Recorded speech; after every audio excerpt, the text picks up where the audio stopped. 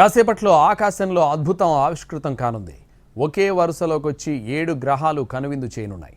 బుధుడు, శుక్రుడు, అంగారకుడు, గురుడు, శని, నెప్ట్యూన్, యురేనస్ గ్రహాలు ఆకాశంలో విన్యాసం చేయనున్నాయి. వీటిలో నెప్ట్యూన్, యురేనస్లను టెలిస్కోప్తో మాత్రమే చూడగలమని, మిగతా వాటిని నేరుగా చూడొచ్చని నాసా వెల్లడించింది. సూర్యాస్తమయం సమయంలో కాలుష్యం తక్కువ ఉండే ప్రాంతాల్లో ఇవి బాగా కనిపిస్తాయి.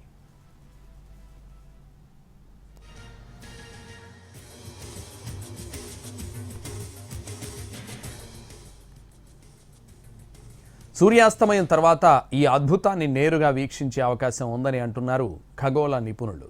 దీన్నే ప్లానెట్ పరేడ్గా కూడా పిలుస్తున్నారు.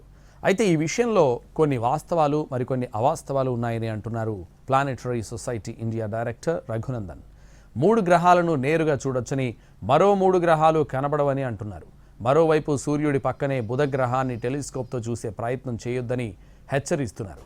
అలా చేస్తే కళ్ళకి ప్రమాదం పొంచి ఉండే అవకాశం ఉంటుందని అంటున్నారు.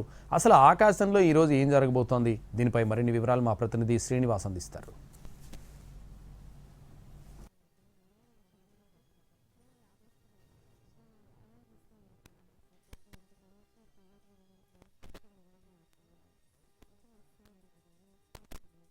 ఆకాశంలో ఉన్నటువంటి 7 గ్రహాలు ఒకే కక్షలోకి ఎందుకు వస్తున్నాయి?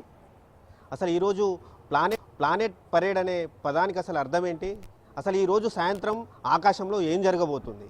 దీనిపైన మాట్లాడడానికి మనతో planetary society of India director Raghunandan ఉన్నారు. ఒకసారి వారితో మాట్లాడదాం. అసలు ఒకే కక్షలోకి 7 గ్రహాలు ఎందుకు వస్తున్నాయి? అసలు దీనివల్ల ఏమైనా ప్రమాదం ఉందా, లేకపోతే ఇది అరుదైన దృశ్యమా?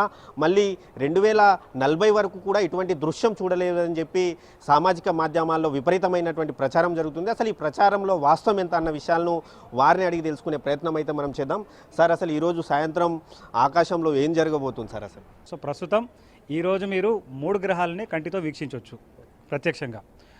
మీరు మొదటగా వీనస్ని మీరు చూడొచ్చు, తర్వాత గురుగ్రహాన్ని మీరు చూడవచ్చు. వీనస్ అంటే శుక్రగ్రహం, వీనస్ తర్వాత బృహస్పతి జూపిటర్, తర్వాత అంగారగ్రహం మార్స్. ఈ 3 గ్రహాలని మనము చూడవచ్చు. కానీ ఈ యురేనస్ నెప్ట్యూన్ ఏమో టెలిస్కోప్తో చూడండి, శని గ్రహాన్ని మెర్క్యూరీని మీరు కంటికి కనిపిస్తుందని చెప్తున్నది మాత్రం అవాస్తవం.